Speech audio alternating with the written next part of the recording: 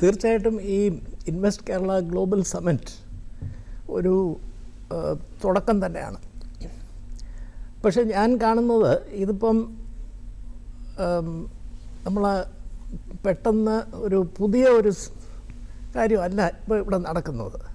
കേരളത്തിൻ്റെ ഡെവലപ്മെൻറ്റ് എന്ന് പറഞ്ഞാൽ എനിക്ക് തോന്നുന്നു ഒരു കഴിഞ്ഞ 50-60 വർഷമായിട്ട് ആ ഡെവലപ്മെൻറ്റ് നടക്കുന്നുണ്ട്. പക്ഷെ പൊതുവെ ആൾക്കാർക്ക് ഇതിനെപ്പറ്റി വലിയ അറിവില്ല. നമ്മൾ കേരളത്തിൽ ഹെൽത്ത്, എഡ്യൂക്കേഷൻ, സോഷ്യൽ വെൽഫെയർ ഈ കാര്യങ്ങളിലാണ് ഇൻവെസ്റ്റ്മെൻറ്റ് ഇത്രയും ചെയ്തത്. അതിൻ്റെ റിസൾട്ട് കിട്ടാനായിട്ട് സമയമെടുക്കും. അത് 20, 30, 40 വർഷം എടുക്കും. അപ്പോൾ ആ പീരീഡ് ഇപ്പം കഴിഞ്ഞു. നമ്മളിപ്പോൾ ഒരു ടേക്ക് ഓഫ് സ്റ്റേജിലാണ്.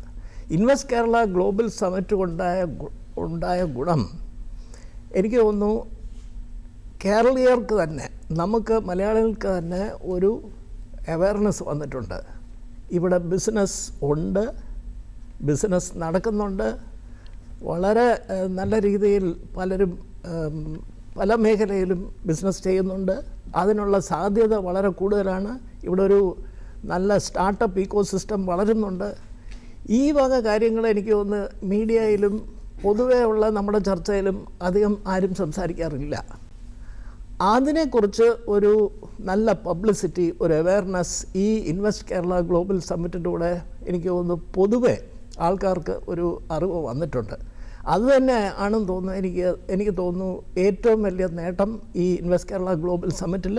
പിന്നെ മിസ്റ്റർ രഞ്ജിത്ത് കാർത്തികൻ പറഞ്ഞ പോലെ ഇൻവെസ്റ്റ്മെൻറ്റ് വരാൻ കുറച്ച് സമയമെടുക്കും. അതിനുള്ള പല സ്റ്റെപ്സും ഇപ്പോൾ ഗവൺമെൻറ് എടുക്കുന്നുണ്ട്. പിന്നെ ഈ ഇൻവെസ്റ്റ് കേരള ഗ്ലോബൽ സമ്മിറ്റിൽ വേറൊരു പ്രത്യേകത,